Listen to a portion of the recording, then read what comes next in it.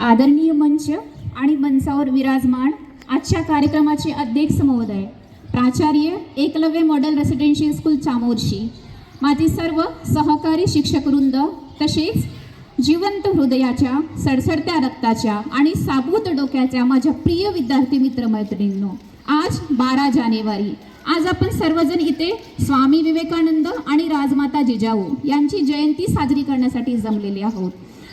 तुम्हाला सर्वांनाच माहीत आहे 12 जानेवारी हा भारतात युवा दिवस म्हणून साजरा केला जातो.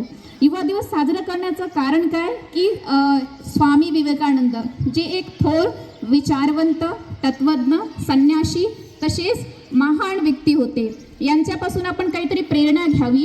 युवा शक्ती हा भारताचा भविष्य आहे. त्यांनी यांच्यापासून काहीतरी शिकण्यासारखं आहे, तर त्यांच्या कार्याची जाणीव व्हावी म्हणून आपण भारतात युवा दिवस साजरा करतो. त्याचप्रमाणे आपण सर्वांना परिचित आहे राजमाता जिजाऊ यांचे कार्य. राजमाता जिजाऊ यांच्याबद्दल मी 2 ओळी तुम्हाला सांगेल. अंधार होत चाललाय, आता दिवा पाहिजे.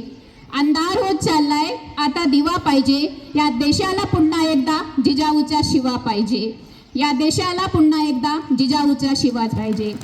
नेते झाले अफजल खान, नेते झाले अफजल खान, काश्मीरचे झाले स्मशान. साहित्य खानाची बोटे मोडण्यास पुन्हा एकदा युवा पाहिजे. या देशाला पुन्हा एकदा जिजाऊचा शिवा पाहिजे, जिजाऊचा शिवा पाहिजे. मराठे झाले यौवन भक्त, मराठे झाले यौवन भक्त. मराठ्यांच्याच तलवारीवर मराठ्यांचे रक्त, मराठ्यांच्याच तलवारीवर मराठ्यांचे रक्त. पुन्हा एकदा रायगडावर, पुन्हा एकदा रायगडावर भगवा तिरंगा पाहिजे. या देशाला पुन्हा एकदा जिजाऊचा शिवा पाहिजे, जिजाऊचा शिवा पाहिजे.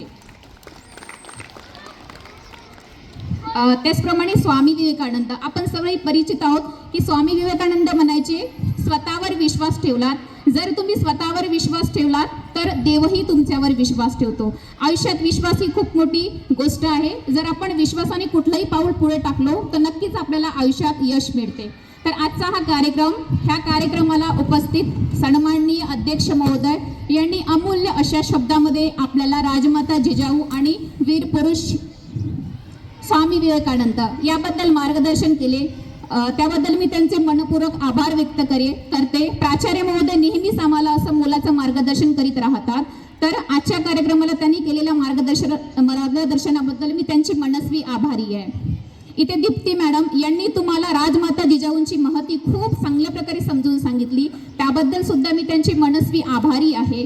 त्याचप्रमाणे जेही विद्यार्थी मित्र ज्यांनी इथे गीत गायन स्पर्धा केली, त्याचप्रमाणे ज्यांनी नृत्य सादर केल्या, अशा सर्व सहभागी विद्यार्थ्यांचे मी मनपूर्वक आभार व्यक्त करते.